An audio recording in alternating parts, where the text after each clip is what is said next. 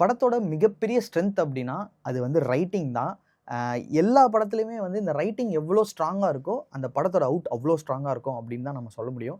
So இந்த தாய்க்கிழவி படத்தோட writing அவ்வளோ சூப்பரா இருந்துச்சு. இது வெறும் காமெடி படம், இது ஒரு எமோஷன் படம், சென்டிமென்ட் இது மாரி மட்டும் இல்லாம, இதுக்குள்ள நெறைய குட்டி குட்டியான விஷயங்கள்லாம் வந்து இதுல வந்து வச்சிருந்தாங்க. அண்ட் இந்த கேரக்டர்ஸ் எல்லாமே எழுதின விதம் வந்து ரொம்ப ரொம்ப சூப்பரா இருந்துச்சு. எல்லா கேரக்டருமே அதாவது ஒரு சீன் ஒருத்தர் இருப்பாருங்க. அந்த பவுனுத்தாயின்ற கேரக்டர் வந்து கொஞ்சம் உடம்பு முடியாம படுத்திருக்கிற டைம்ல வந்து ஒருத்தர் வந்து வந்து வந்து கேட்டுட்டு போவாரு. "என்னாச்சு? ஓகேவா? என்னாச்சு? ஓகேவா?" அப்படின்னு ஒரு கேரக்டர் வந்து கேட்டுட்டு போவாரு. அவருக்கு ஒரு எண்டிங் குடுத்திருப்பாங்க இந்த படத்துல. அவரு ஒரு ஜஸ்ட் ஒரு 2, 3 சீக்வென்ஸ் தான் வருவாரு. அந்த கேரக்டருமே நம்ம மனசுல நிக்கும். அண்ட் இந்த படத்தோட டயலாக்ஸ் அண்ட் சிச்சுவேஷன்.